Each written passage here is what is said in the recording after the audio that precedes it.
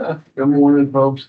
Brian just relayed to me that our chairman has got waylaid for a little while, so with some issues at home. So I am not a very good substitute for until he arrives. So we'll try to get the meeting going as normal and try to.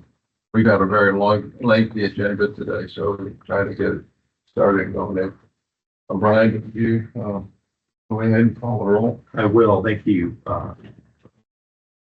Mr. Mitchell is absent. Mr. Barber? Here. Mrs. Saunders-Smith? Yeah. Mr. Brown? Here. Mr. Harmon is absent. Mrs. Cherry? Here. And Mr. James is also absent. Vice Chairman, we do have a quorum and are able to proceed. Okay. The first item on the agenda is the minutes from our June 17th meeting. I hope that everybody had an opportunity to review them, and if you did, please accept the motion to accept it. I move to accept minutes from last June's meeting. Second. There's a motion and a second. Any discussion on the item? Okay, hearing none. Mr. Farmer? Aye. Mrs. Saunders-Smith? Yes. Mr. Brown? Yes. Mrs. Cherry? Yes. Chair, we do have a approval by vote of 4-0. The next item on the agenda is presentation for EDA Portsmouth.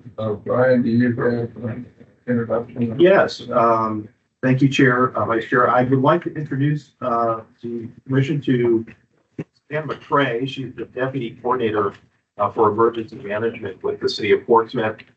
She has a presentation prepared for you all today regarding the Preparedness Partner Program, P3, Powering Business for Resilience, that she is launching here to get our business community ready for potential emergencies. And with that, Thank you. Thank you for the opportunity to come bring this idea to you all and see if you think it'll stick, basically speaking. So we wanted to be able to talk a little bit about how we can better engage the business community to be ready. And this falls under the overall EDA Portsmouth program, which is a multifaceted, multi-resource program designed to get the entirety of the community ready for everything from armadillos to zombies. So we want to make sure that our business partners are thinking about and know how important they are to our community's recovery effort after any kind of emergency. We want to, if we have a prepared business sector, mom and dad can go back to work quicker, the kids can get back in school quicker. We can begin physical recovery efforts of a wide variety. We want to make sure that we're able to report back to our other community partners about how well Portsmouth is responding to and recovering to or returning to whatever our new normal for our aftermath of our incident is going to be. What we're proposing is a Portsmouth Preparedness Partnership Program, or the Portsmouth P3. And this is designed as a non-regulatory, hey, y'all, come on, take a look at your plans kind of an idea where emergency management can help support our business partners in doing simple things to be ready. We're not, it would be a perfect world if everybody could buy a generator and everybody could build really high and we could do all the things. That's not reasonable. Right. So we want to make sure that businesses are thinking about holistically their business model, how they can continue to do business. What we're proposing are 3 simple things. They could be a bronze level member, which is simply submitting their emergency plan to my office. We'll read it. We'll give them comments and feedback. Hey, did you think about this? Hey, we're going to do a hands-only CPR thing. Would you mind sharing it with your staff? Just, being involved in being prepared. The silver level adds drills. So doing things like the statewide tornado drill in March, the Great Shakeout in October, doing fire drills, just being more aware and actually practicing their plans. Supporting communications, making sure that their staff know to sign up for Port City alerts and helping, maybe putting up a brochure stand with our preparedness guides in it, just so that we can help the community get ready. The gold standard is getting our businesses to engage in our business EOC or Emergency Operations Center, especially with the cuts that are coming from the federal level. We want to make sure that we have plans in place at the local level, which by the president's directive is where he wants emergency management to function, and quite honestly, where it always has functioned in the Commonwealth, to make sure that we're using all of the resources at the local level before we reach out to our regional partners, before we reach out to the Virginia Department of Emergency Management, and before we reach FEMA. So if we are able to engage businesses to become gold members, covering the other two tiers, they become a part of our business EOC, then they can be the first ones that we call and say, hey, you have a purple widget being a magical emergency management thing that fixes all the world. You have a purple widget, could we use it? Right, and help us rebuild Portsmouth and help us get up and going again. And like I said, the steps are all low cost or no cost, and they really do build resiliency.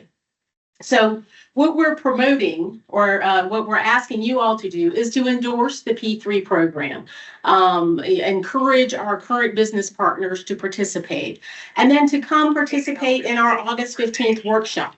So we're going to do a basic, this is how you get ready. Here's some tools and resources from ready.gov to help you get your business prepared, simple things that you can knock out, and encourage businesses to enroll and participate, and then help us build up the business EOC model as we bring more resources into Portsmouth. This is my contact information. I'm more than happy to answer any questions that you might have. Or if you, in your regular outreach, you need somebody to come talk about armadillos or zombies, I'm more than happy to come talk about how to help Portsmouth be better prepared for emergencies. So I'll be glad to answer any questions. I have a question. Really great that you all are reaching out to businesses for disaster relief. Just an outside question, with as you said, the president pushing back to local government and the fact of dissolving FEMA, how do you think this will impact on your emergency preparedness plan? I think as FEMA gets reorganized and kind of re-envisioned, it's going to give us better awareness and better engagement at the local level to the people that can actually fix the problems. FEMA never has been a first responder. That has never been that agency's intention and never been their form. Instead, it really is at the very local level. All emergencies begin and end at the local level. And we really want to build those partnerships to help people be better prepared so they know, what emergencies to be ready for, but then to be a part of the solution and kind of have some skin in the game to be able to get us back to normal. Is it basically are you relying on the companies to kind of like inform you of what their resources and capabilities are as stands? And is there anything that the city is going to provide them to assist them in being prepared? So my office, the overactive mouse in my pocket, and I will review any plans that get submitted to us and offer comments and feedbacks and try to help make those connections. There's no additional fiscal requirement or resources available to help people get ready, but there are plenty of connections that we can help individual businesses make. And our primary focus with this program is to help the mom and pop size, the smaller, owned businesses, because statistics show more than 25% of those businesses that are impacted by disaster, when they close for the disaster, they do not reopen. Yeah. So with that, the simplest level is providing you with the diagram. For instance, my X's are here, my X's are here. We have a fire extinguisher here. When you do the second level, when it go to drills and practices, will there ever be a time where the city coordinates with their business to to execute that drill? We would love to. Yes, yeah. And it can be as simple, using your fire example. So, we would want to share the emergency plans with the fire department so that they can make sure their pre-plans are up to date. Share it with our law enforcement partners so that they can pre-plan for just in case, worst case scenario, something terrible happens. But then when they decide that they want to do a fire drill, being able to connect them through the fire marshal's office to that first due engine company so they can come watch and offer comments and feedback. That's good. Absolutely.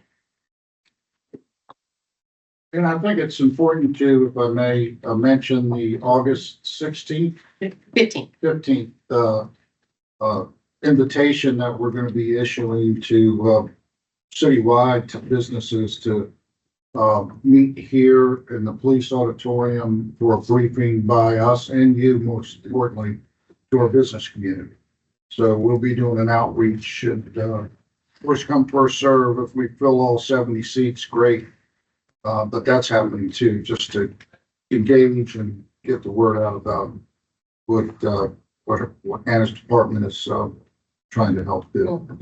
And that program is going to bring partners from the National Weather Service, and we're focusing on flood hazard because that's the number one hazard for which we plan in Portsmouth. So they're going to talk about historical flooding and the impacts of flooding and how that can impact businesses.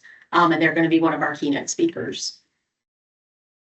Of the businesses that you come into contact with, about what percentage would you say have a emergency plan, response plan? Specific to Portsmouth, I'm not sure yet. I've only been here since February, so I'm still getting my feet under me. But I would say over the course of my career, probably less than 30% of especially smaller businesses tend to have plans and those resources in place because it is a big elephant to try to eat. And, if you're trying to take care of all the things and emergency planning. That's why we want to try to make this resource available and easily usable by especially small businesses. Larger businesses tend to have more risk management focus and they tend to have those plans and resources in place already. But we want to take any opportunity we can to remind our business partners about the resources that are available to them, especially through their public safety partners, that we can help them be ready. My last question is, so say for instance, a small mom and pop business that doesn't have a business preparedness plan in case of emergency, will the city help tailor one for them, help create one for them? Okay. Yes, sir. Yeah. More than happy to. Because they might want to be in a program but don't have an idea how to actually participate. Yeah. Absolutely. And that, participating in this workshop can be a great kind of jumping off point because we're going to work through a toolkit that FEMA provides us through the Ready Business program and do a little tabletop exercise and talk through what do you do when Hurricane Anna brings all of this flooding and all of this rain and all of that. So. Good. Thank you very much. You're very welcome. I Any other appreciate the questions, opportunity. Thank you. Good enough. Anna, thanks so much. That's really important information. I think in addition to the preparation that a business would want to consider, I think also understand what the recovery process will look like as well is important. So thank you for putting this together and putting it down. Thank you for the hold on the 15th of August. We're going to be working to help promote that. Thank you, Brian. Can you give us an update on our old business items? Yes, so we're going to transition to old business, and the first item are some EDA property updates, and Stuart Chop is going to provide those for you. We've got the written. Good morning, everyone. Okay, so for the 1028 High Street demolition, I just have a short report. We did meet with the job order contractor at the site on July 8th to assess the demolition that is needed, and we did receive a quote for that. And then we will. There is a need to discuss this during the closed session. Get back to 19, okay, thanks. any questions? Brayden?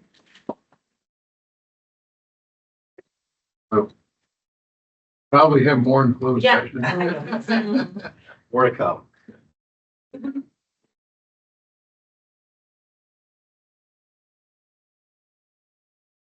All right.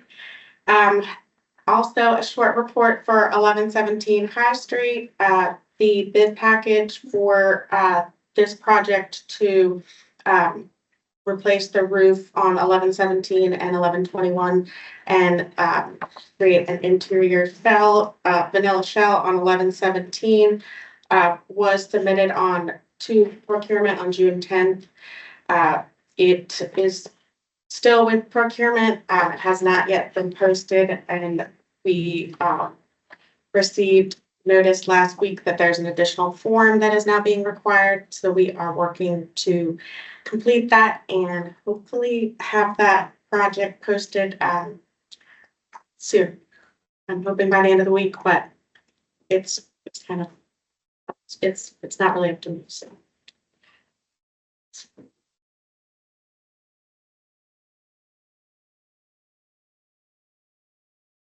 For 1220 High Street, the fee proposal for the construction documents that you all approved at the I think that was the May meeting. That has been routed for signature, and it is still within the routing process due to contract issues. So that is still in the pipeline. And hopefully we can get those back from the city manager and then have the contractor begin working on the construction documents for 1220 Hester.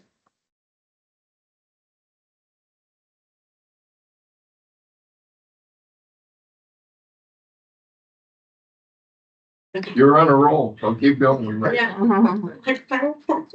Well, no, this is good news. Okay, 934 High Street, I have good news. Okay. So as you all are aware, we're in the due diligence phase for 934 High Street. There was a Sanborn map that showed a underground storage tank. The ground penetrating survey found that there was not an actual tank there, but the consultant recommended that we do further testing to make sure that the contamination levels were at or were not at a dangerous level. So a sub-slab soil gas investigation was conducted to determine whether there were volatile organic compound contamination due to those underground storage tanks. And the investigation confirmed that there was presence of these petroleum-related and chlorinated volatile organic compounds. However, they were the levels detected did not represent evidence of a significant release. So they did not exceed the human health risk screening levels for future. So it's not at a dangerous contamination. Good news. Yeah. So I believe we will begin working on the closing for this property. Do we have a timing for, closing or projected timing? Yeah, I think it should be no later than early August.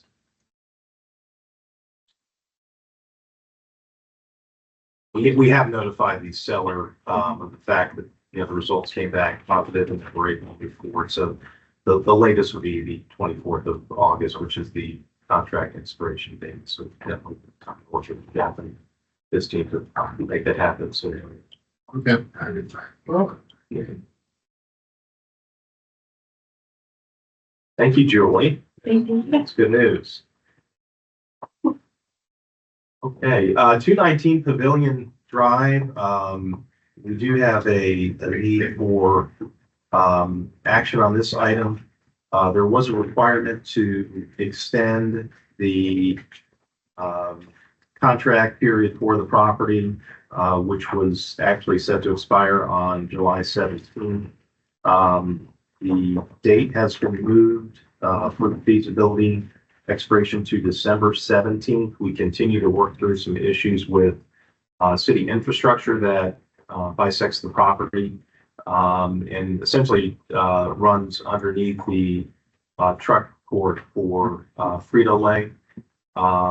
there is an interest to expand further, but with the underground box culvert, the company as well as the purchaser have some concerns just about the structural integrity. So they've been working with the city engineer, doing some tests and surveys.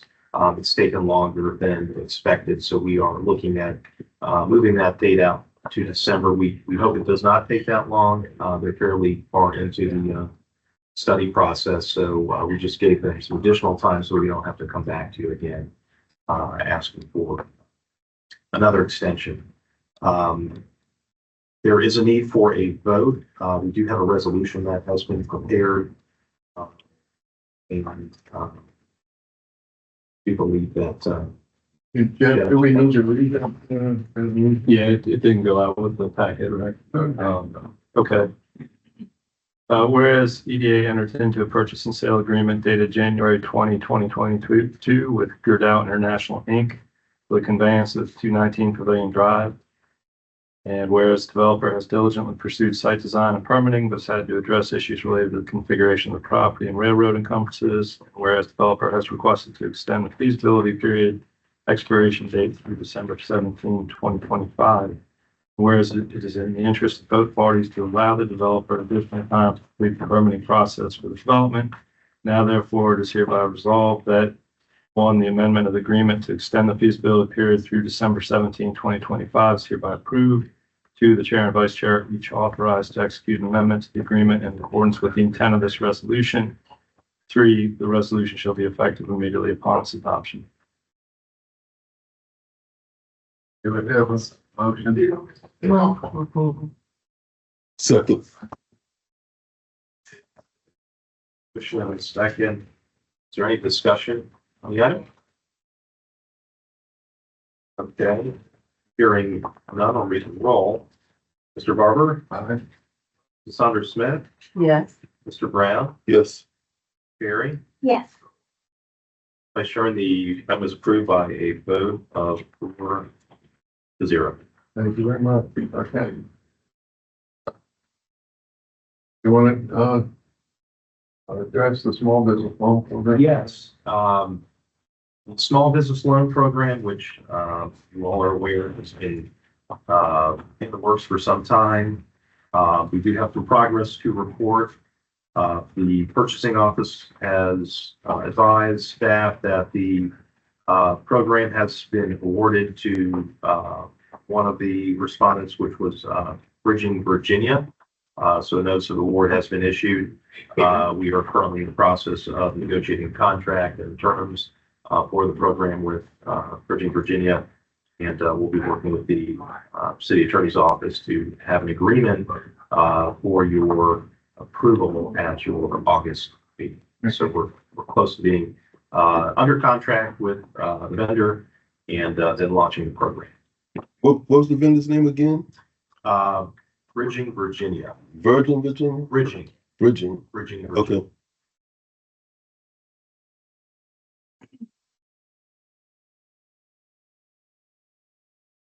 Thank you for that. And we'll proceed on to the retreat items.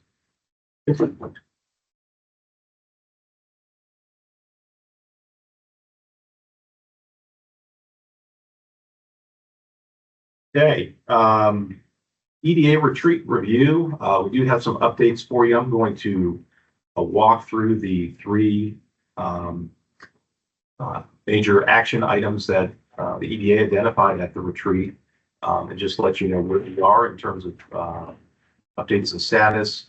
The first, Crawford Bay waterfront development.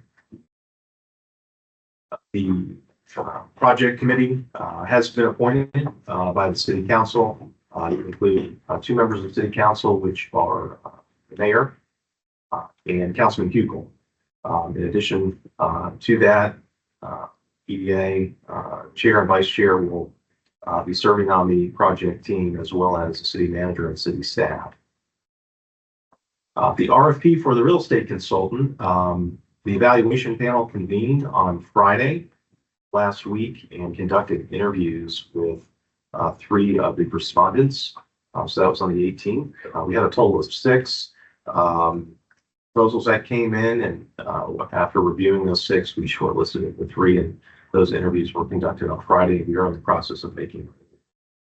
So working with the purchasing office to do that this week. And also would be planning to have that before you at your August meeting to authorize an agreement with the selected vendor to move forward. So we're glad that that is finally coming to an end in terms of the procurement. And we have discussed with the respondent the schedule. We do feel it is possible to have a solicitation out on the street by the end of the calendar year. So still working to maintain that schedule that we had originally proposed back when we met for the retreat. Staff has also been working. You'll see a number of checks there on the list to have some dialogue with the parking authority. There's a parking survey that's actually underway. So we've provided some feedback as it relates to the site and the project and needs for parking. We have also engaged with HRT on the ferry stop as well as future need for a bus stop in the vicinity of the project site. If you're not aware, there's not a HRT bus stop at that end of Crawford. So we're going to be working with them to make sure that there is when the project is developed. We've also reached out to Tidewater Yacht and had some discussions with them about the pending project and their participation as a property owner. So we're working with Tidewater Yacht to make sure that they're involved and aware of what is going on next door. Charlie and the city engineer's office have also met with the city of Norfolk, the resiliency department, about the flood wall project in Norfolk and any potential impacts to Portsmouth. So we have information that was provided at that meeting that our city engineer's office is reviewing to determine whether or not we have any follow-up questions. But as it was stated at that meeting, the surrounding adjacent localities were studied as part of the overall design process, and the impacts that we thought there would be were not identified. So we're working to get through that information and data. And then lastly, there is an EDA city cooperation agreement that needs to be developed and executed. So we are working on that. So hope to have that in August when the consultant comes on. Are there any questions about Crawford Bay? Proceed. In the discussion with the parking authority, is there any plans to do a interim sort of analysis of the demolition of the parking garage and, during the construction period? What's the city engineer has looked at the Harbor Tower garage previously. I don't know that they have a demolition plan prepared. They have looked at some alternative parking scenarios so that we can understand where the residents would be parking. Again, there are 250 spaces that the city is obligated to provide to Harbor Tower in a city facility somewhere. That's been Harbor Tower, the garage, and I believe of those 250, about 192 are actively being utilized. And we're working with the city engineer on an alternative parking plan, whether that's a temporary lot somewhere or parking accommodation on another deck. That's something we're working to develop. Does that answer your question? So nothing's been presented to the parking authority.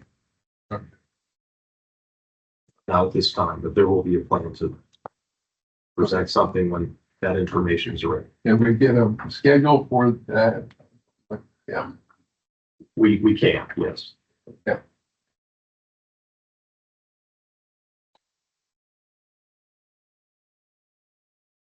Did you know whether or not there is even the availability within the downtown district to accommodate that many? If the availability is even there? So we are looking at that now with some of the existing surface lots as well as decks. I do believe there's capacity overall. It's just a matter of where that would be. The Middle Street Garage has capacity, but it's a little bit further from Harbor Tower. There's also a surface lot adjacent to Harbor Tower. And then the parking deck at the Renaissance. So we're looking at all of those options to determine, where would be an appropriate place to park cars for a temporary period. And that may include a temporary surface lot.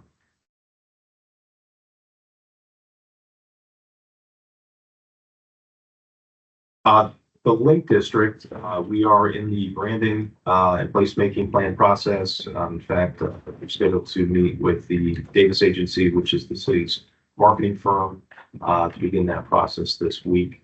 The city's operating budget did include approximately $200,000 for branding, placemaking, and marketing for the district. And the city's marketing and communications office will be overseeing that process with our department's involvement and the involvement of the EDA. So I believe very soon they would be looking to come back in front of you to give you an update and get your feedback and input. So stay tuned on that. That is in the works. Zoning ordinance revisions, the planning department is working on that. We were given I think a timeframe of August, September for bringing back a draft of what that would look like. So we'll be working with the planning department to make sure that that is on schedule. As is the same case for the High Street infrastructure improvements, working with the city engineer's office to make sure that their design work is underway there, and monitoring that while we're not really driving that. We are working with them to make sure we understand what the timeframe will be.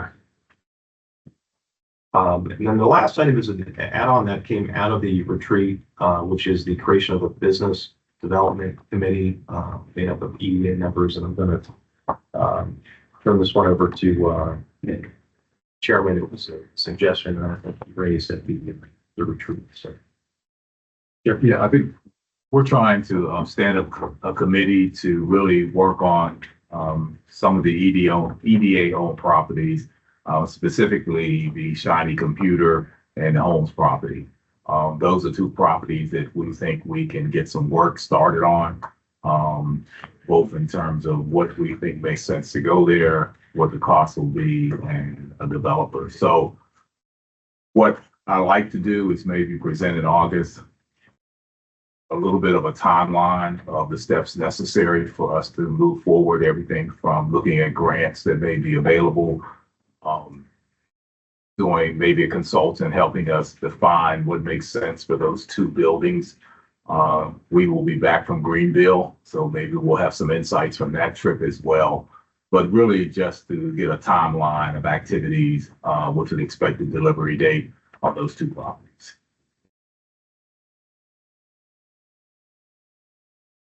Brian, would you mind sort of giving an update on the retail analysis that was prepared? Yes, our department working with the Portsmouth Partnership and the Main Street Program and the Retail Alliance contracted with a firm to perform a retail leakage analysis of primarily in the downtown area, but it really encompassed the entire city to determine what types of potential retail uses are in demand and what would be appropriate from a recruitment standpoint. So Arnett Aldrew is the firm that prepared that study. And what I would like to do is have them come before you at your August meeting to provide a briefing to you on that and the results. We were very pleased with what it recommended. It, in fact, identified opportunities for specific retailers that they felt we could target for Old Town, but also just Portsmouth in general. So opportunities for additional dining. So restaurants, sit down, independently owned restaurants were in high demand. I think we all understand what a destination for the village for dining, but there seems to be more demand than we currently provide supply for. So that was one. Also, home goods was another item that was identified where they think there's room for growth. And we'll be looking into that as well. Sporting goods, surprisingly, was something that is identified as being another need.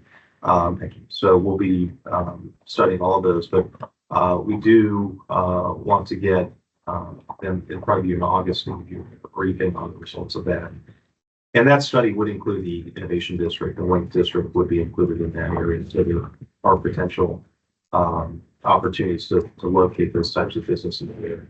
I think that we'll be looking at a follow-up study to see if there are other uses specifically for the Link District. You know, we've talked about maker spaces, health and wellness. I'd like to work with the firm again to have them do a different study to look at those other options for the area and see what the demand looks like for those. So more to come on that, and certainly when we get them in front of you in August, I think it'll be very enlightening for you to see what the study provided. The other thing I think is interesting is that the Shiny Computer Building actually has access to the high fiber network. And there may be some opportunities for us to connect with a small and mid-sized business that would really utilize those services. That's right.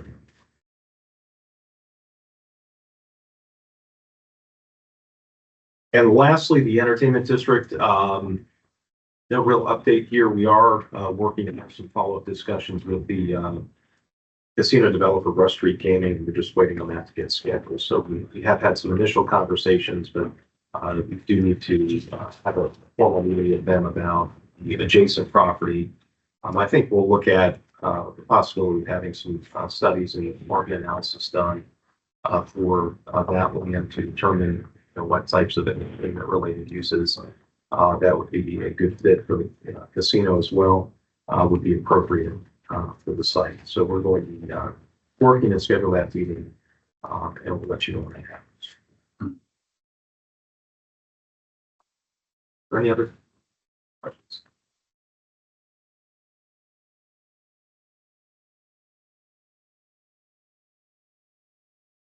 Sure, I have the back of this one here. This is the upcoming tree.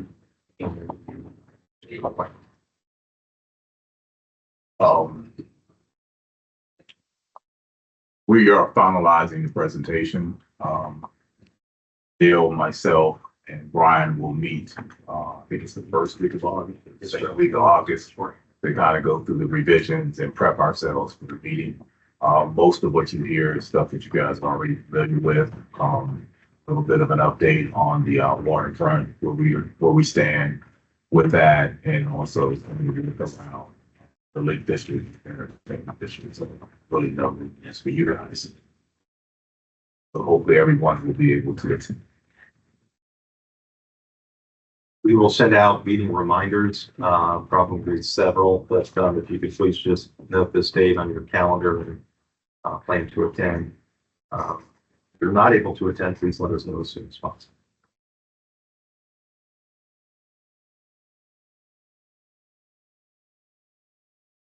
Okay.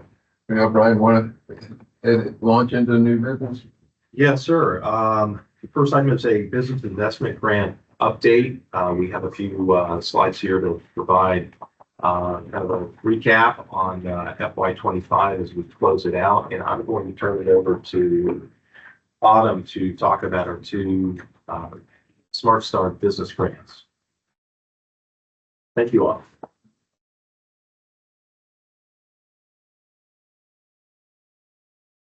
Morning, everyone. Morning. Today, I'm going to talk about our EDA business investment grants, and I'll start with our business development grant. So we had a good turnout this year for the full fiscal year. We had 41 grants that we received. Of those 41 grants, 25 have been approved, and we have awarded 18 grants. So the funding approved was $50,000. For the 18 grants that were awarded, for the 18 grants, the 25 grants that were approved, and funding so far for the 18 grants was $36,000. Of the 41 grants that were received, 70% were SLAM, 24 women owned, 2 veteran owned, and 25 minority owned. For the fiscal year 4, fiscal year 25, round four. We've received 15 grant applications. 7 of those grants have been approved. We have funded $14,000 of those grants that were received. We approved 14,000 and 2,000 so far have been awarded. We are still in the process of receiving some grant applications being processed through the financial department, and we should be receiving those checks soon to fully fund the full 7 grants that were approved. Our next slide is the Smart Start Business Acceleration Grant. So for the entire year, and I think this is the best that the program has seen since conception, we received 15 grant applications. 10 of those grant applications were approved. 2 so far have been awarded. So there was $46,126.47 of funding approved, and $8,952 have been awarded so far. For our round 4 of fiscal year 25, 7 applications were received. 6 so far have been approved. Funding for those 6 applications was $26,126.47. This is a reimbursement grant, so the applications have been approved, and we are now awaiting receipts for the approved applications. So once those receipts are received into our office, then we will process paperwork for the funding to be reimbursed. And that's when that 26,000 will be provided to the business owners. So for the full fiscal year, we had 60% SLAM participation. 5 were women-owned, 2 veteran-owned, 8 were minority-owned. For the fourth round, 42% were SLAM participation, 2 women-owned, 0 veteran-owned, and 2 minority-owned. Is there any, sort of, reason that the, SWAM participation and particularly minority participation declined in the first and second year? No, I don't have a specific reason for the decline. We have increased the marketing. So it's expanded, I guess, to a wider pool. So it's diversified the people that are applying, but not an exact reason. Okay. Any other questions? Is there a time limit between when approval is received and when they have to submit reimbursement invoices? They have 90 days. 90 days.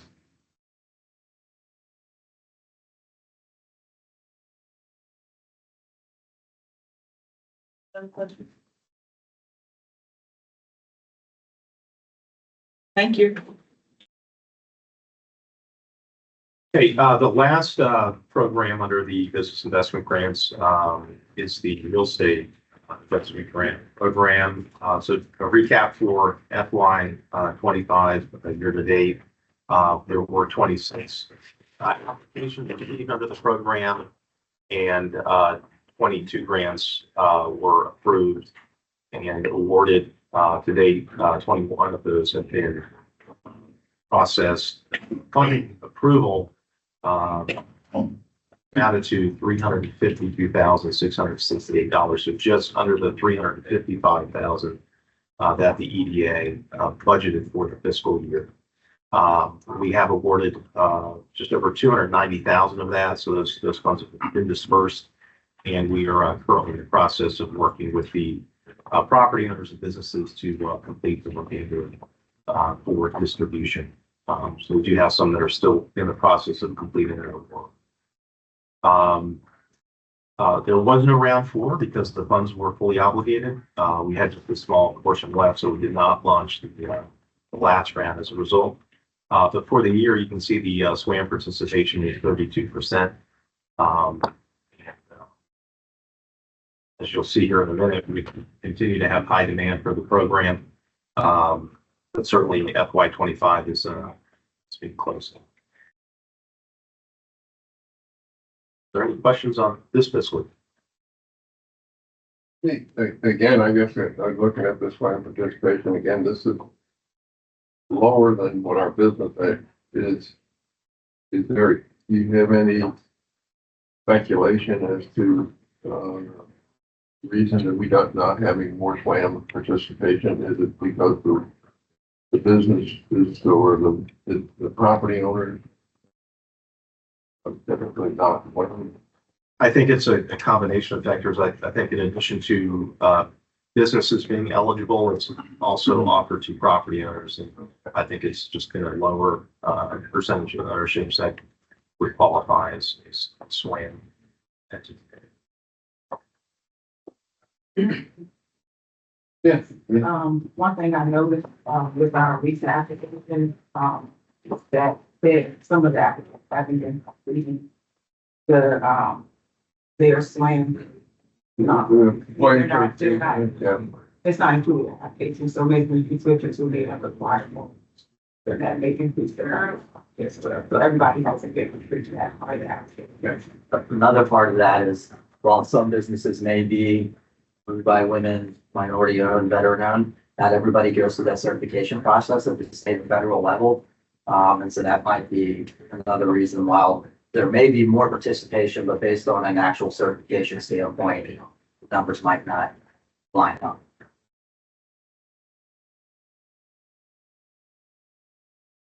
We'll revisit the qualification and make sure that we're capturing all of the data, that's been requested. Brian, maybe a year out from, those persons receiving awards, do we just get an update, like how many are still in business? Yes. That type of information? Yes, you had actually requested that, I want to say at your June meeting. And, in fact, just this morning, I received the data from the Commissioner of Revenue's office. So we have that for FY24 and FY25. We just need to go through and identify the percentage of businesses that are still licensed, because that's really how we're tracking it. It's based on their business license. So we will have that for you in August. I hope to have it for you today as a report back, but I literally just got the email. So we'll be working to have that in your August meeting. Okay, I'm going to ask Mr. Tillett to come forward. We do have a large number of real property investment grant applications for your consideration. I believe these were all sent out via email last week, so that you have an opportunity to go through each individual application. Chris is not going to present each individual application. He's got, I think, kind of the total and some of those, but certainly you can have it tell you where we are. So Chris, if this was actually. Good morning, board members, councilmen. Good to see you all today. As Brian mentioned, the presentation you're seeing today is a little different than in past, just because we had an exorbitant amount of applications. We had some really good packets, tons of detail. So even in the presentation that you received in the email, some of the stuff that's traditionally in there was not just to keep the gigabyte and just the size of the file down as we sent it out, but we are making sure I'm keeping track of everybody's files. I've got all the pictures, D-port licenses, quotes. I've got everything in the files as well. So we've got a total of 10 that are in essence asking for more. So if we do a grant that's 10,000 or less, we do it administrative. So we've actually got 2 of those we've already done in addition to the 10 that you see here. I've also got in our partnership with Bloom and some of the, you may have seen that they put some stuff out on the street where if you came through our program for their lighting and security, they were going to add some additional funds out of their pocket. So I'm anticipating anywhere between another 10 and 20 applications coming through. So this round, again, we're likely going to get to that top dollar amount through our first round. We may have a little bit left, but likely we're probably going to extend all of that money through our first round this year again. And so these are the ones here. So just to kind of give, this is sort of one project here. So in Port Norfolk, we've got a developer that owns these 3 parcels and is working through. That's really going to be good. Looking for a restaurant or maybe some retail there. This is an existing industrial property that's going to be doing some redevelopment to get some tenants in. We've actually got a guy that custom makes cobia towers that's going to be renting some space over there, cobia towers for your fishing boats. London Boulevard, those are our good friends at Crofton Marine. 2808 Frederick Boulevard, that is Wilbar Truck and Equipment. You can see they're doing a significant redevelopment there.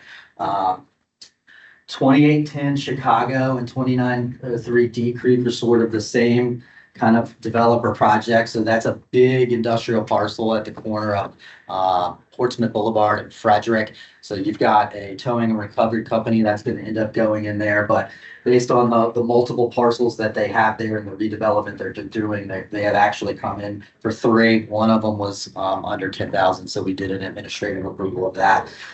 3212 Victory Boulevard. So 757 Auto Brokers has acquired that building. They're going to go through some redevelopment to put their auto brokerage store in there. And then 4072. You may remember that when we did a ribbon cutting for the table. It was a small tapas restaurant earlier last year. I think it was actually at the beginning of last year. So the gentleman that owns Privilege is looking to do a sort of a similar restaurant at 4072. So that's really just kind of some internal rebranding and some redevelopment to kind of more fit with their vibe that they've got going on there. So we've got a total project cost a little over $1 million. And right now we're at 228,354. With the smaller internal ones, that's about 235. And then again, I've got a handful of others that'll be coming in. And then I do have another one that was a $25,000 grant. I got that late last week, so was not able to put that on there. So we're getting really close with these. And much kind of like my other comment, generally per kind of state and federal guidelines, I would say probably 98% of what we get are classified as small business. Of course, not everybody goes through the SWAM certification classification, so numbers and percentages look a little skewed, but that's kind of what we have to date. And I will stand by for any questions if anybody has any. If you go back to your comment in regards to bloom and lighting, EDA's. Yes. So we were approached probably about a month and a half ago from Bloom Co-working, and sort of in partnership with the Main Street programming and some of the stuff so the Main Street programming really identified security and lighting as kind of one of their first off initiatives that they want to tackle. They felt that security and lighting was an easy one to start programmatically. And really what they wanted to do was kind of help incentivize others with security and lighting and give a little bit of more of a bonus. And so while we have our own program, essentially what they did is they put together a program that if you came through the EDA investment grant and you got, one of your grants for specifically security and lighting, that they would come in and incentivize with an additional $1,000 on top of that. So it's sort of kind of piggybacking onto our program and sort of, I guess, in essence, maybe marketing it more out to the businesses. I think we do a really good job at marketing and a lot of the businesses know about it. But Bloom so the Main Street program itself sort of sits under the Portsmouth partnership. So when they apply to the state, they're actually the 501c3 that's running it. The city has membership on the board. I'm on the board. And so this was just really another way for them to kind of incentivize and start to capitalize on some of the Main Street program, but also get downtown businesses improve security and lighting, and another way to just help them with some additional funds. I guess I'm a little concerned because I thought when we talked, we were not going to allow them to use our services, co-mingle with our efforts. We did not want to get into a situation where programs were relying on EDA's funding or advertising EDA as part of their initiative as well. Yes, sir. Why? I may defer to. Yeah, so the two programs are not connected. In fact, the applicants have been applying for the Main Street partnership funded program directly. But that does not preclude them from also being able to independently apply for the EDA's program. And that is what I think Chris was referring to. Those 15 to 20 businesses that are participating in the partnerships program, we're expecting that probably a good number of those will be applying for the funds of the EDA program as well. But there's been no set aside or no co-mingling with programs. We were very clear with partnership, if they were independent, it should be run as such. But it wouldn't preclude this as well. First in, But first there's no out. advertising. No, and they're not guaranteed any money, and I've told them, and been very, up until last week, I said, hey, we're already at 250, so, you know, whatever we got left is what's in the pot. Yes, sir. Can we vote on these as one package, or do we have to do them individually? Our hope was that you could. Yes, Just in interest of time, we didn't want to go through. if we can vote them as one package, I motion to approve. Wait, the- wait, do- Okay, okay, I got you. Yes, ma'am. One was those properties was the home that was being converted to your Yes. office. $18,000 one, seven. Yep, so that is going to be 2810 Chicago. So the way that sort of property sits now, again, it's on the corner of Portsmouth Boulevard and Frederick. You have that side street Chicago, and so it technically, so this one was interesting. I think there's a total of 6 parcels based on the whole conglomerate of lots. And so I told them that, you know, yes, because it's per parcel, you in theory are allowed to submit individual grants for each one. However, the EDA is likely going to look at this, and there's probably 3 out of those that they're not going to accept, just because a lot of it is kind of the tow yard, and you have multiple parcels within the tow yard. And the way that I saw that is, even though there are a handful of parcels in there, that's more one project there. And so what they've done is, so the house sits on a parcel itself. And so that's going to be converted into the office for, I think the tenant's going to be, and it's not signed. So actually we're in an open session, so I'm not going to mention the tenant by name, but they're going to convert that house into an office for the tenant there, and then they're going to use the lot for some of the stuff that they're doing. So 2810 Chicago Ave, 2903 Deep Creek Boulevard, and then the main sort of parcel address, which is also the LLC, is 2100 Portsmouth Boulevard, and it's also 2100 Portsmouth Boulevard LLC is the company. So it's an out-of-town developer, owner of the property, and they're improving it to lease to a tenant. Yes, sir. I know the Detroit Avenue property, what Yes. is our policy related to, multiple grants to basically a single project?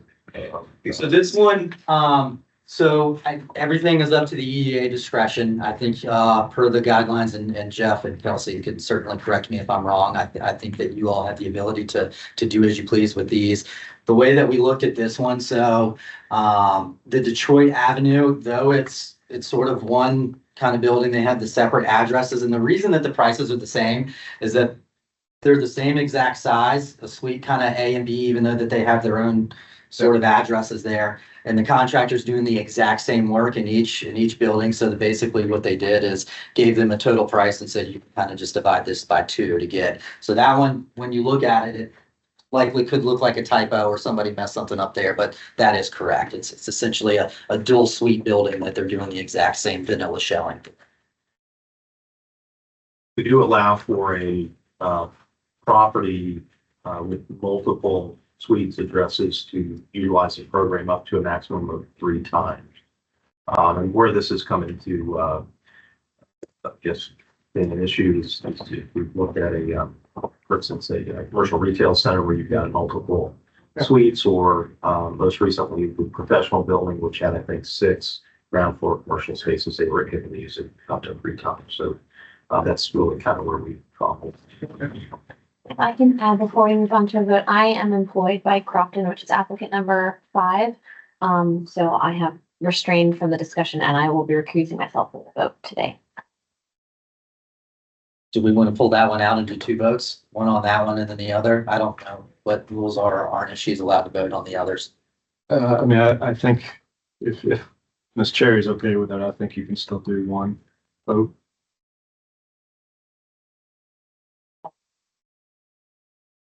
Right, if there are no other questions, I'll take my seat and we can proceed with the meeting. Excellent. Thank you, everybody. Thanks, Chris. Yes, sir. I was unclear. Are you going to vote? I will not be voting. Okay, I make a motion to approve the real property investment grants fiscal year 2026. So motion and second. Is there any discussion on it? Hearing none, I'll read the roll. Mr. Mitchell, Yes. Mr. Barber, Aye. Mrs. Saunders Smith, Yes. Mr. Brown, Yes. Gary is abstaining. Mr. Harmon and Mr. James are absent. Chair, we do have approval by a vote of 4-0.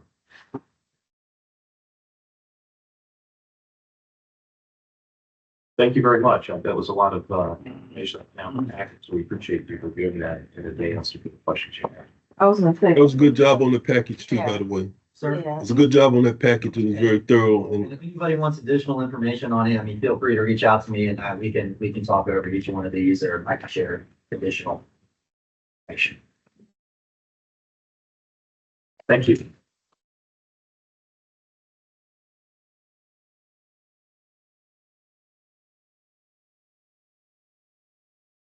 We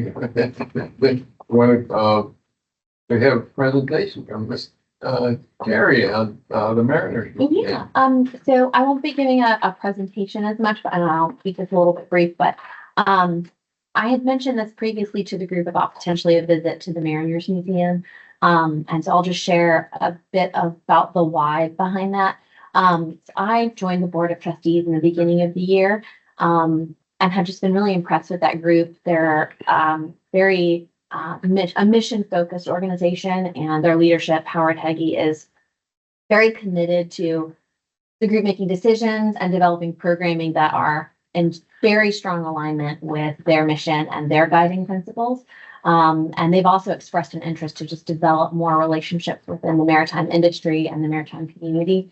Given our discussion at the retreat about the consideration for us developing some guiding principles or guiding tenets to aid in our decision-making process, I thought it could be a mutually beneficial introduction and visit with them to hear about how they lean on their guiding principles to make decisions that, I mean, in some cases on paper seem a little bit counter, to like a bottom line, but they've had a lot of success doing so. And I think it's because they've been so mission focused. So given our bustling maritime industry and our maritime history, I thought it could be something the group could enjoy and learn from. And maybe we can have a conversation at the museum about what guiding tenets could look like for us as we move forward, particularly with those three large development projects of the waterfront, the link, and entertainment district. So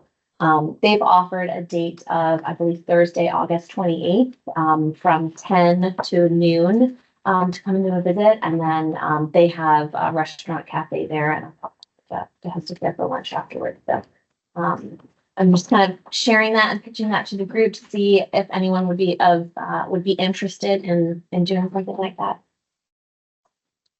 yeah, well, Yes. Yeah. Right. All right. Well, I'll communicate with the Maritime Museum and confirm that date and help coordinate with Brian and the team to offer additional communications around. Great. So we'll work to take a head count, and obviously we'll need to do some noticing of the meeting. So we'll work to make sure that's done as well, and that date is agreeable with the group. So we'll certainly send out a follow-up to get some. Yeah, just a question. If more than two of our commissioners attend, is that considered a meeting? Yes. Okay, what would need to be done in order to? It just has to be noticed. Okay. That's Okay.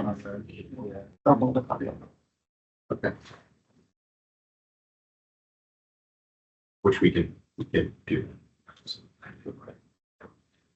Okay, well, Go ahead. stay tuned for an email as a follow-up to that. And the next item is basically the DOD and industry roundtable. Charlie, do you have a report? Yes, sir, Mr. Vice Chairman. I'm going to yield my time to Sonny Golston, who coordinated the recent activity, but I will tell you that we're using this event as a template to for our outreach effort with all of our targeted industry segments on a business retention basis. The next one you'll hear about from autumn is the retail industry roundtable, but we found it to be a very successful event. Importantly, there were two projects from two local companies that were revealed that are ongoing, and we're now actively engaged with them to help them figure out how they take advantage of these opportunities and expand their business. So with that, I'll let some of them. Morning, everybody. I'm in your faces. Hope you had a warm weekend. I do have, okay. We had our first DoD roundtable, June 25th. So last month, it was a successful event, I do believe. We had 20 participants come. Out of those, the businesses that were present were Mills Marine, Crofton, Fairlead, Collins Marines, GI Industrial, NASCO, Norfolk, General Dynamics, Structural, Mechanical, and I think a few others. We had it at the police station because our AC broke that day. So that was wonderful. The Hampton Roads Alliance came and they did their playbook rollout. And that just gave us just pretty much an overview of what the DoD industry is going to be looking like in Hampton Roads and how it's going to affect Portsmouth specifically. So ton of opportunities coming down the pipeline. Super excited about that. I did print out their roll book or their playbook. So if you guys want to see it, I have copies here. Some things that were presented from the companies about how they feel about Portsmouth. Some things were growth within the city, contracting and subcontract opportunities, crime concerns, and the chief actually came out and addressed those concerns. So we were really excited about that little tidbit. And building and maintaining the relationships that they have with the city, as well as any other businesses that are coming and going. So again, it was a super good conversation. I think we need to have a lot more of those, not only just with our big companies, but the smaller ones as well. Everyone has a concern. Everybody wants to talk, also wants to be heard. And I think this gave them that opportunity to let them know that like we are here, we do care, and we want to help. Any questions? Were there any discussions around their employment needs? Yes. So as far as workforce is concerned, the idea that we may not have the strongest workforce to assist those businesses came up. So our workforce development manager did speak on that about some, partnering with them to see how we can bridge that gap between the businesses as well as our residents, just to make sure that we are preparing our residents to have those types, to gain and maintain those types of careers. Any discussion or any consensus about the types of occupations that are in particular demand? Not necessarily in detail. It changes. So a lot of the jobs are labor jobs, which we can fill those positions. Just finding the skilled workers, people that have the experience, and then training those people to have the experience, to get the experience. Mills Marine actually is starting an apprenticeship program. They're partnering with us so we can figure out how we can come up with the appropriate curriculum. We can have the people, we can have the need, but if we don't have the curriculum to teach them, then we're just throwing paint on them. So we're in the works of making sure we get that all squared away. Any other questions? I'll just share as an attendee who was there. I thought it was a really nice opportunity for so many stakeholders to be in one place at the same time with the same intention. I don't know that all those folks are in the same room very often. I don't know, but I think there was lots of engaged discussion. I certainly came away from it having some new takeaways, and I think others did as well. So I thought it was a good model. And thank you for participating.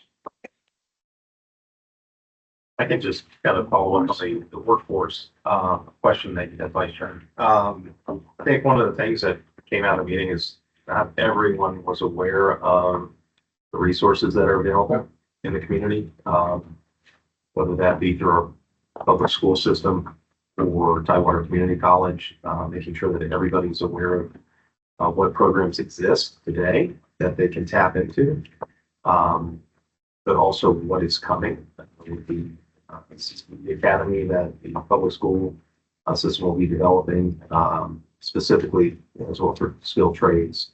But then working to make the human connections, individuals in those programs so that upon exit, there's a job opportunity waiting for them and making, sure that the job that is waiting, they develop the skill sets, necessary certifications and credentials to gain that job. So there's still some work that I think has to happen there, and we're going to be working through the course of that work to make sure that it does. But it was an opportunity, I think, for us just to kind of connect the dots with a lot of the people around the table, and hear what they're doing, because many of these companies, as Sonny mentioned, they have their own program internally. So really first making sure that we understand what that looks like. Is there any duplication of efforts between companies? So maybe not everybody has to have their own internal training program. But it's a continuing conversation, I think, one we're going to keep having. We're looking to do this again, I believe. I don't know if we set a time frame or date. That's probably sometime next year. So Another DoD or for another industry? Well, we're gonna go through all of our industry segments on a quarterly basis, so I think the rotation will dictate that the DoD will engage sometime spring, summer. Yeah, I'm looking maybe towards February, March timeframe. So it's not too far out so doesn't look like it's a year later that we're checking in, but kind of want to stay within the 6 to 8 month range, just to revisit, because things pop up in the industry, especially with the new administration and all the changes coming down the pipeline. We want to make sure that we're full steam ahead with this. We don't want to straggle behind anything. We want to make sure that we're preparing ourselves to help you guys the best way that we can, because you feed us, we feed you, everybody's happy. Yeah. Yeah, keep in mind that these folks are now actively on our mailing list and our engagement list. So they're gonna be getting a lot more information from us. So they'll know who to contact if they need some assistance for whatever reason it might be. One thing that I'll add about that presentation that came up, and you all will recall it, the gentleman who's in leadership over at NASCO. That presentation leans very heavily on the submarine industrial base and new shipbuilding. But he made some interesting comments about ship repair industry, which is a notable segment, especially in our area. And so I thought his comments were very interesting about some changes in that particular segment that are not highlighted in that presentation. Some decline in ship repair spending and how it's impacting employment numbers and all those things. So I'm sorry, I can't remember all the details off the top, but I just want to mention that you won't see that in the presentation, but I thought his comments were well noted. Yes.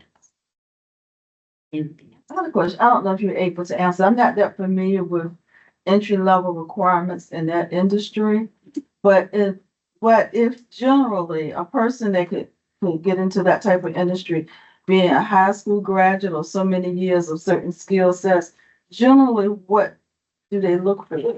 Or is it a way to get that information? I think it varies from company to company because of the tasks and jobs that they have. As far as somebody that has experience in shipbuilding may not necessarily have the same skills or knowledge that somebody that's done ship repairs has done. But I can get some information, reach out to some of the businesses, see if they can give me that information for you. Yeah, I'm just wondering when our kids graduate from high school, does that make them eligible for entry-level positions, or is a certain level of expertise or secondary training that they need to have to even qualify? I do believe it just varies, but I know for sure that they would have to pass a clearance. They would need a certain level of clearance because of the type of jobs that they're doing. But I don't know specifically. Yeah, security is a big must, right? So, to answer your question, I would think that a kid coming out of high school would be eligible for some apprentice type training program, either that's in general nature or specifically that's being done by one of the companies. So as long as they're doing good, they're stand-up citizens and everything's fine, they could probably transition. If you can get into the Right away. shipyard, I think you can. Yeah, and I think we're talking about some pretty good salary levels too for these young folks. I had lunch last week with the rep from the Hampton Roads Workforce Council, and the discussion focused on the creation of a pre-apprentice program. And the Workforce Council is interested in launching that in Portsmouth. What I saw while I sat on the TCC board was Portsmouth kids struggled to pass the TCC entrance exam, which is the prereq to even get interviewed for the Navy Yard apprentice program, because the apprentice program there is a collaboration between TCC and the shipyard. It's not true for all the maritime apprentice programs in Hampton Roads, but it is a requirement at the shipyard.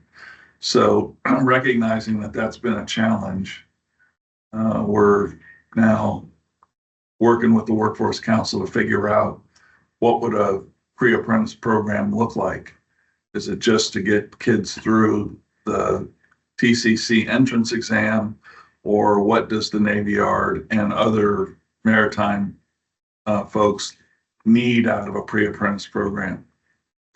And I had lunch today with a former Navy colleague who's at ODU and is involved in standing up the regional maritime training system. So I mentioned at the DoD roundtable that Dr. Constant had indicated that TCC was interested in bringing the Danville Accelerated Training for Defense Manufacturing program to Hampton Roads. Turns out that afterward, I got a phone call from Sean Avery at the Workforce Council, who said, "Hey, that's old news.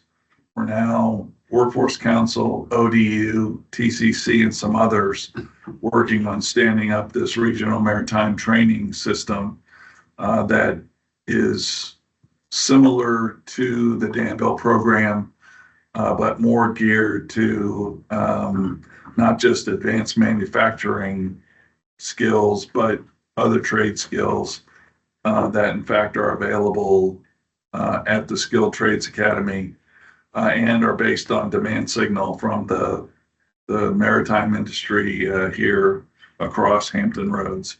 So I'll find out some more about that lunchtime today and share it back to Brian and the Portsmouth at Work folks. Just a question. In that industry, is security clearance an issue? I would say yes. And If you work on a ship, you have to have a security clearance. So for example, Mills Marine, in discussions with Donnie Mills, he has kind of targeted for their apprentice program,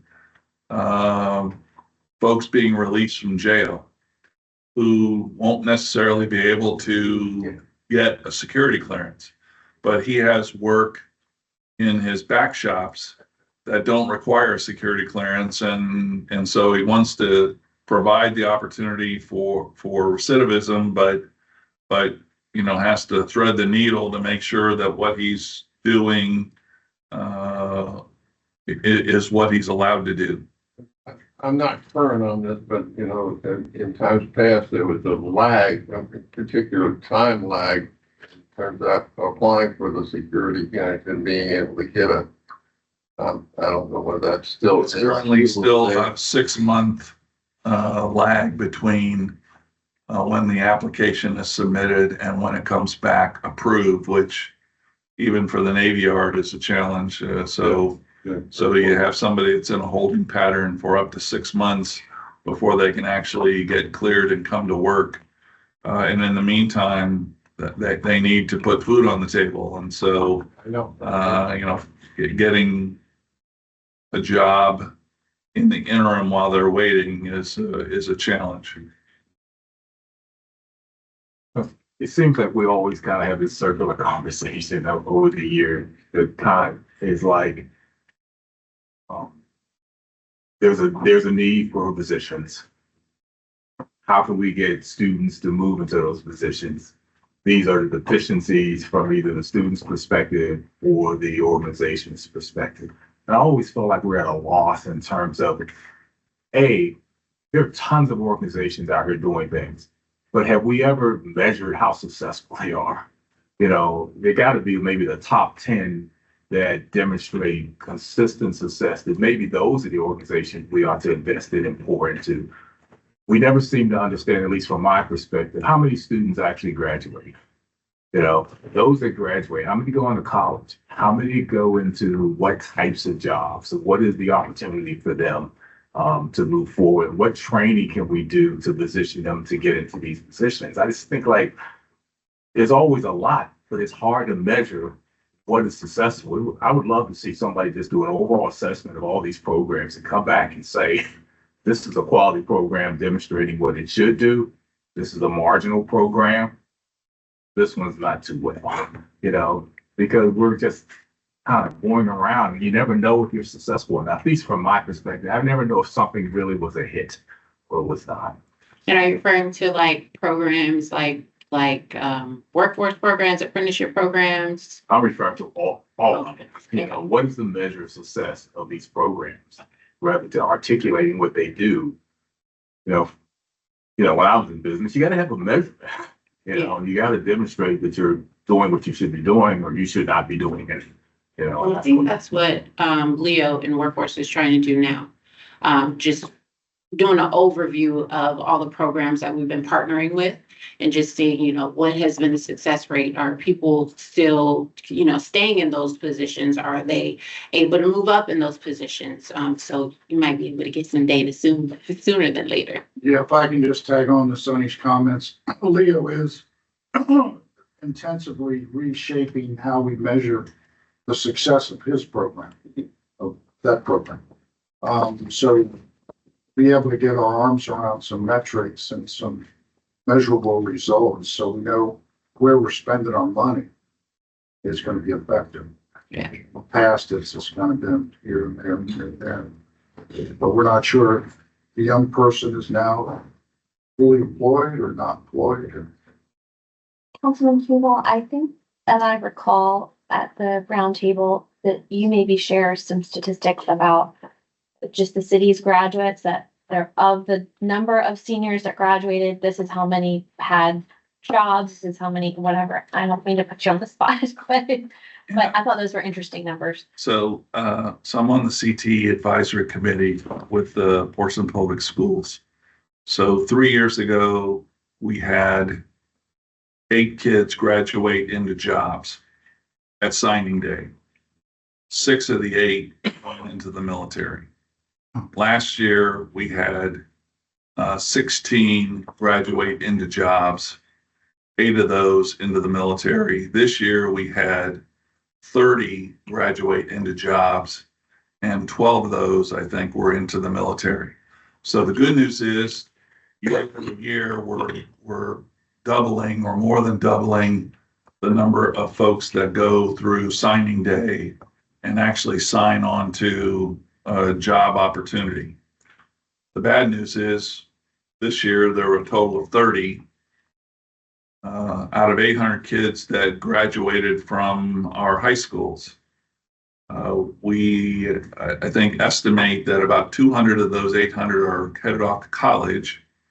So 200 plus 30 leaves 570 kids that graduated into graduation. And now what? And so important that we have programs like Portsmouth at Work that provide opportunities for those kids post high school. But I think the Workforce Council, if they were here, would tell you, to your point, Mr. Chairman, there are more programs with seats available than we have kids sitting in the seats across Hampton Roads. And so there are some programs that are more successful than others. But I think the real challenge is, how do you convince kids and their parents to get into the seats, to get access and opportunity to go into real jobs that are really career jobs if they choose them to be, with living wage salaries and benefits, full-time employment with the full package of benefits. The opportunities are out there, and we collectively, all across Hampton Roads, struggle to coax kids to sit in the seats. One thing I was gonna say is that it's almost too late when they graduate from high school to kind of get them really interested. I think that if we had more programs, it's like summer programs that introduce kids to those fields early on, maybe sixth grade on, about these are the types of jobs, even knowing, because when they graduate from high school, they don't even know about the job. That kind of goes over their heads. And so I think it has to be introduced to them earlier.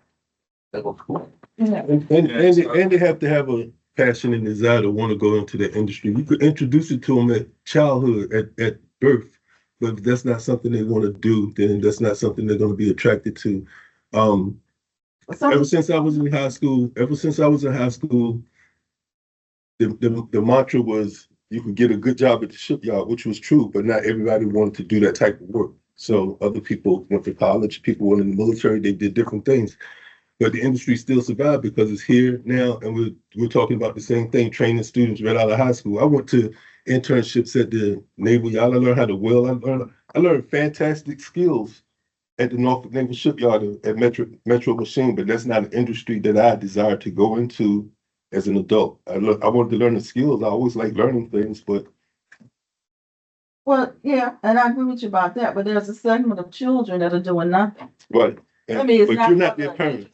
So it's not an interest level. It's just that you get into a whole different basket because it's parental. It starts in the household, and you're not their parent to say, go into this field, or you should do this, or you should do that. So it starts with some parental guidance to let them know there's great jobs out here, there's great industries out here that you could do things. This generation has a different mindset on work and effort at the moment to extend the Star-Based initiative into upper grade levels. Yeah, so we brought the GoTech program from Danville into the middle schools, and we've outfitted GoTech classrooms at each of our middle schools as a way, and basically the kids get access to GoTech through their career investigations course, which is a 7th and 8th grade curriculum. We're Starbase still looking at what do we do in collaboration with the school system CTE program for closing the gap for 9th and 10th grade, because the CTE curriculum starts in 11th grade. So we now have 4th, 5th, 6th in Starbase, 7th and 8th in GoTech and other career investigation opportunities. Need to close the gap for 9th and 10th and lead them into 11th and 12th grades. I shared with the Workforce Council in our pre-apprentice discussion, last couple of years, we have invited rising seniors into an intern program with the city. And the intern slots that we made available have all been filled. Those are paid internships. Pretty important, it turns out. Kids will sign up to come do intern kind of work if you pay them. And so I suggested to our Workforce Council friends, we're interested in getting those kids into pre-apprentice seats. We need to consider how do we make those paid opportunities, not just free opportunities. Brian and some of the other city staff maybe can comment, but my own sense is we have rising seniors in these intern positions across city staff. They're learning something, but is it what they want to do when they grow up? I don't sense necessarily that they signed up to be an intern to work in the city attorney's office because they want to be a lawyer. They signed up to be an intern to work in the economic development office because they want to do what Sonny's doing. I think they mostly signed up because they're going to get paid and they're going to be off the streets and busy during the summertime. And so there's a lesson I think that we need to take away from that. We're trying to get kids into seats. What's it going to take to get kids into seats? Apparently paid internships at least is one opportunity to attract kids. And that's really no different than other kid. I think about when I went to college, I didn't know what I wanted to do, but college gives you 4 years to kind of flush that out. So it has to be a period of time of flushing out. But you went to What college you want to. after graduation. Right, but so these instead kids are of not work. going to college, so Right. what are they gonna do to help flush them out? Yep. Yeah. That's okay. No, I mean, that's 575 kids that you mentioned that we don't know where they went. So they got feelings, they got hopes and aspirations. But somehow we need to sit down with some of those kids and early, what do you want to do? Maybe they want to be a chef. Maybe they want to get into artwork. I don't know what it could be, but if we don't figure that out, it hurts the city. It's an economic decision because when we're trying to attract businesses here and we're bringing in 575 unemployed people, every year, and it's probably a larger number than that. When you look at all the schools, it impacts our ability to be a sought-after attraction for businesses. I just think we've got to figure out what happens to those 575 kids and what can we do to move them in the right direction. I know we're not their parents, but they need to see that there are some opportunities even for them. And college may not be it, skill trading may not be it, but there's something that they can get connected to. Yeah, and I just want to applaud what the councilman's efforts because that's been one of your top priorities there. And I think we're making great strides because of your initiatives too. So thank you for that. All right. Yeah, so you said we need a measurement. I got a simple measurement. How many kids are getting jobs? Because at the end of the day, if they graduate, we want them to go to college, we don't want to go in the military, or we want them to have a job. I don't care which of those, but this other group of kids that isn't hitting those 3 wickets is lost opportunity for the city. Right, that was a great discussion. Charlie, do you have let's say no, Autumn, I think is when on the retail roundtable. Autumn, just briefly give us some update. No, we need to go on. Yeah, I'm trying to provide for everyone, we can have the details. Yeah, the last discussion, I really teed it up well. Here. So August 18th from 12 to 2, we're hosting retail roundtable. This will be our second approach with the retail industry to bring retailers to the table. So we're partnering with Retail Alliance.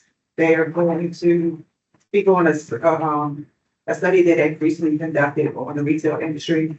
And then we'll do a few interactive activities to get an idea of what the needs are for the retail businesses in Portsmouth.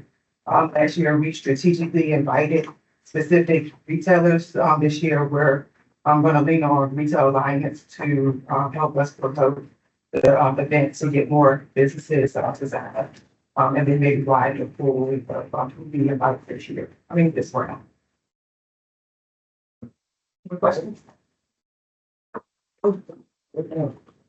And last item. We'll send an email out to see who's interested in participating, so we can have a account of everyone coming. The registration will be available today, but we'll just need you to confirm your attendance rather than register. Is there a virtual component to this? So could I come in on Zoom or do you have to actually be here to participate?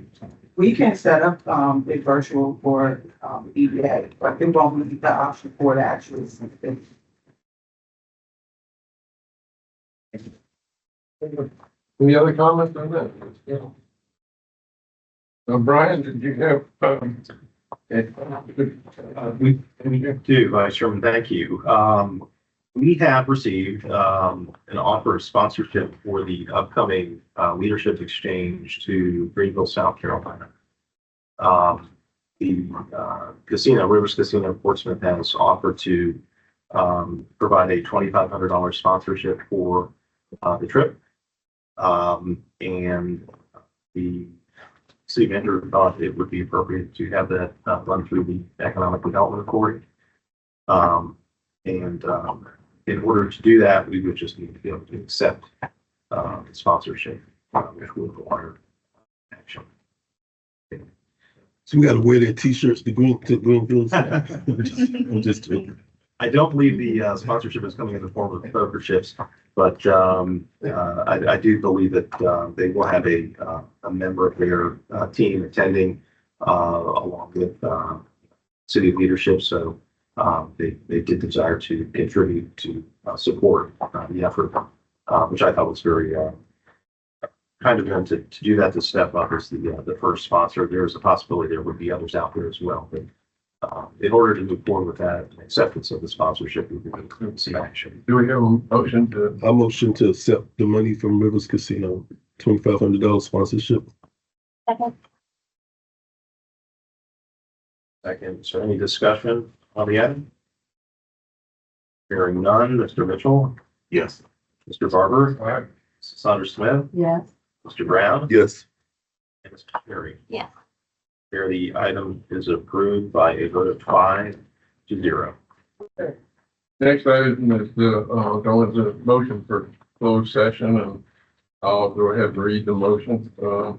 I move to go into closed meeting pursuant to code section 2.2-3711, A6, for purpose of discussing investment in public funds where competition or bargaining is involved, where if made public initially, the financial interest of the governmental unit would be adversely affected, specifically regarding the proposed demolition contract for 1028 High Street, 1013, 1015, 1017 Queen Street, and 400 Hatton Street.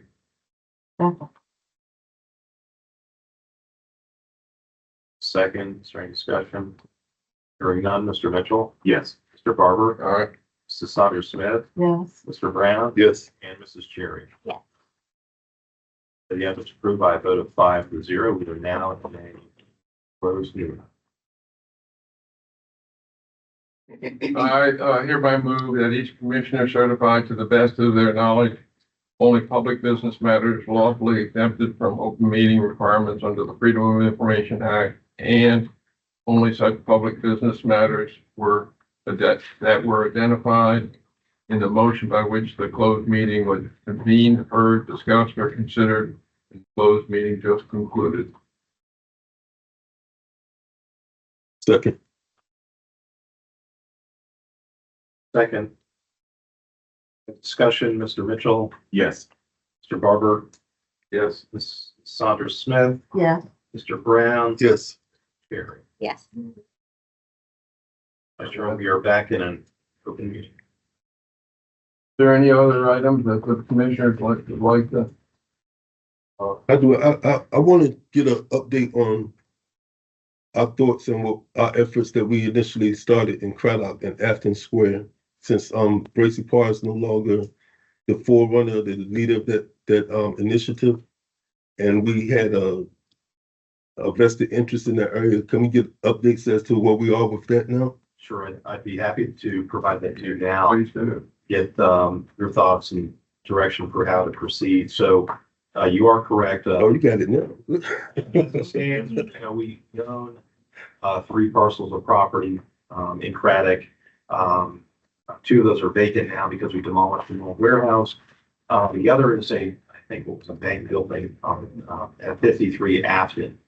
I have instructed Chop to work with the Civic League president to coordinate a meeting to discuss the state of that property. They've been marketed now for, I think, over 2 years. We've had no offers. We've had some conversations with residential developers about the opportunity for single-family housing. We've also explored multifamily housing. There didn't seem to be interest for that, just because of the land availability was not enough for a significantly sized project. There does seem to be interest for townhome development. This job has spoken with the planning department. They said there's an ability to improve that through the historic district guidelines and some of the zoning provisions. So we're working through the details of what that looks like, and also seeing if there's a residential developer that would want to come in with a proposal. But what we would need to do would be to demolish 53 Afton Parkway. Its condition since we've owned it has not been really one that can be, in my opinion, rehabbed, renovated. So we would be looking at consolidating that parcel with an adjacent lot that currently serves as the community garden, which I don't believe is being used anymore. There's a church that has offered to have the garden relocated to their property if there's a desire on the community's part to use it. And where I'm going with this is I think there's the ability to assemble some city-owned land with where the bank sits to make a developable site in addition to the other property we own. And that may result in over 10 to 15 new homes, which one proposed at a civic league meeting last year, there seemed to be support for. So we're going to coordinate a meeting with the president of the civic league to talk about the demolition of that. Great, thank you. That's where we are, and this job is going to be working on this for the next 2 weeks to get some traction on it. Thank you. It's been off the radar for the last couple of meetings. I just wanted to. I was hopeful that we'd have some offers and proposals through the broker, but there's been really no interest. It's unfortunate. I just doesn't seem to be much demand for commercial development there, which has been the challenge for decades. You think Portsmouth out, or you have any interest?